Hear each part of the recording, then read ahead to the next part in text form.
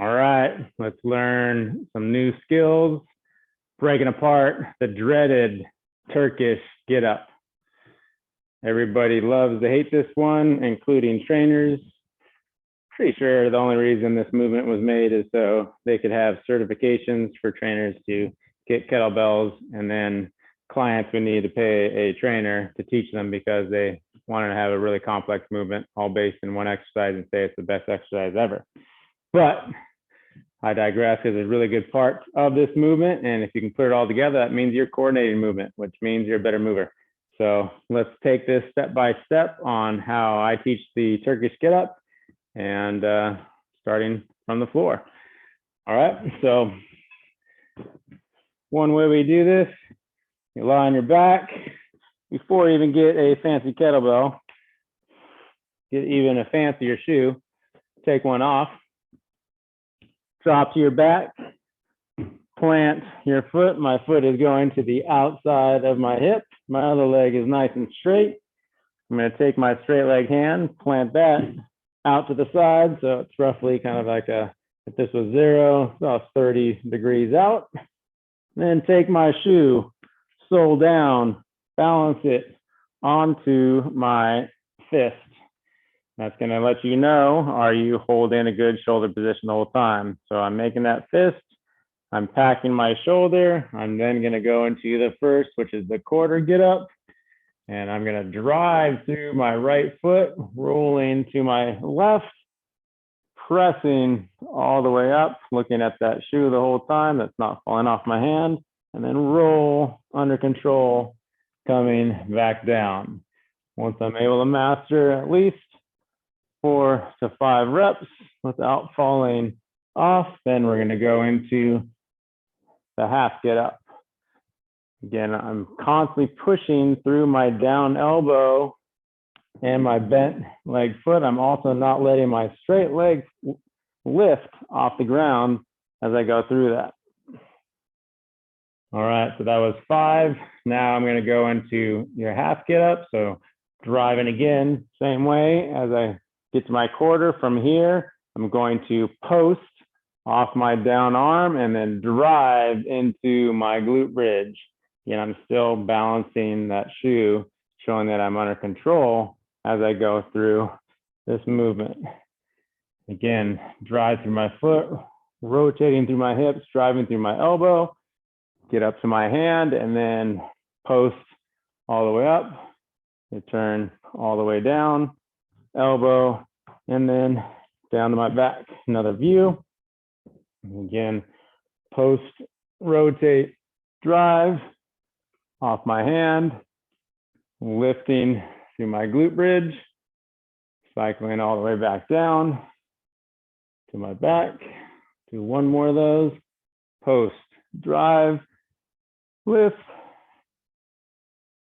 drop all the way back down. So that was your half get up. Now we're going into your 3/4. So just adding another layer. Again, I should be able to do at least 5 of those balanced the whole time before I even think about getting a bell in my hand, coming all the way back up to my quarter, now up to my half, drive up. That gives me room now to slide my straight leg underneath me. Now I have a choice here. I can either pivot like a windshield wiper, my left shin, or I can take my right leg, step forward with it, and now come up to my 3/4 position. Again, my arm is directly up over my head, and then I'm going to post right back down. Notice I got that nice straight line from hand to hand. In my case, I moved my leg, so I'm going to open it up, lift so I can then kick through, and then drop down to my hip, roll to my elbow. Notice I'm not cranking my shoulder in a funny spot, and then all the way back down to my back. Again, press, rotate, getting tall, long here, post off my hand, lift up, cycle my leg through. I'm choosing to step to then come to my 3/4. Same thing going down, post, open, kick through, drop to my hip, roll all the way back down. Now I'm going to take that all the way up to my full standing position. Same start, post, lift, cycle through, open to my 3/4 position, and now just drive straight up to my standing position and then back down. Stepping back, drop down, side bend to my hand, open up, kick through, drop, coming back, and repeat. Rotate, post,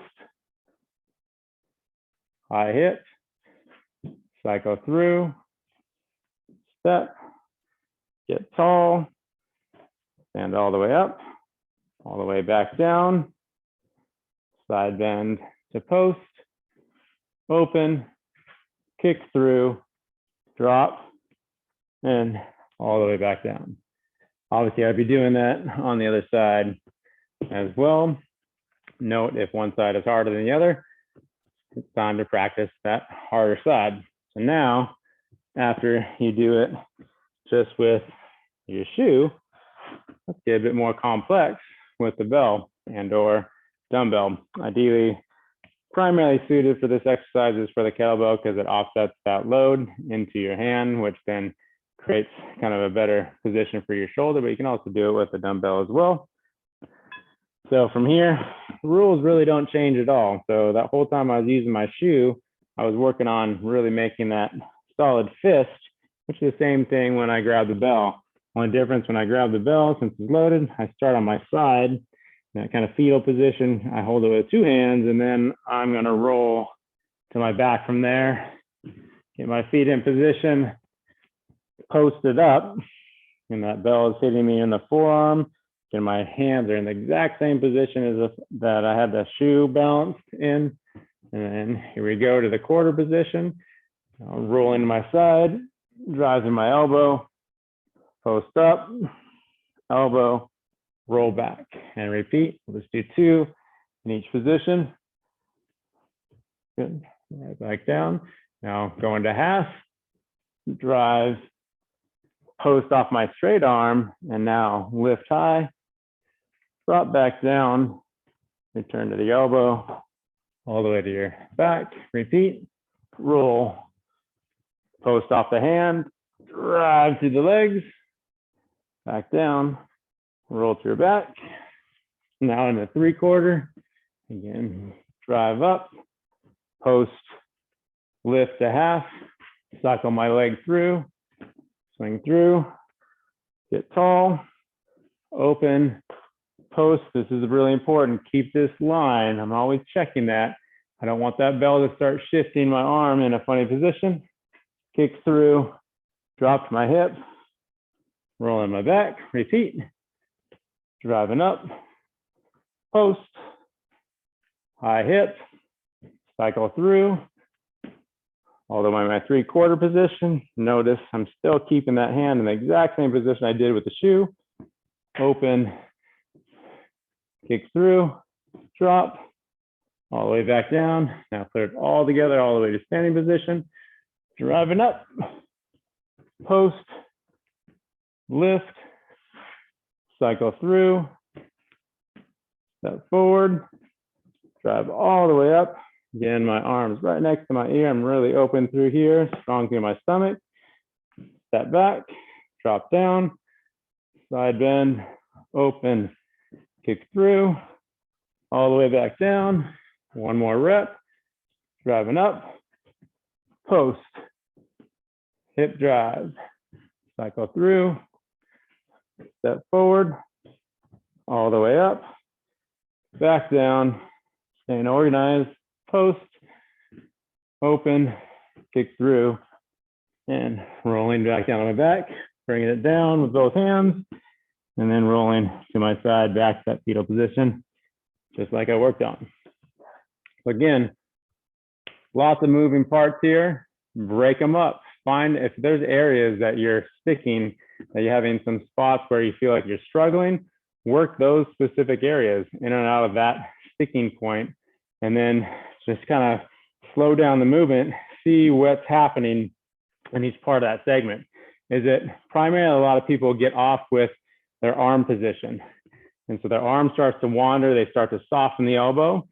And that's always gonna now challenge, because instead of having one joint I'm controlling, if my elbow softens up, now I got this kind of noodle that's holding on to that load. And that becomes a huge problem in your ability to stabilize that weight and keep it in the same spot.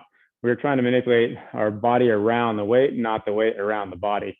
So there's some good tutorials for you on working on achieving a better Turkish get up. So you don't need to use me as a coach anymore. Good luck. And yes, the Turks keep getting up, in case you wanted to know.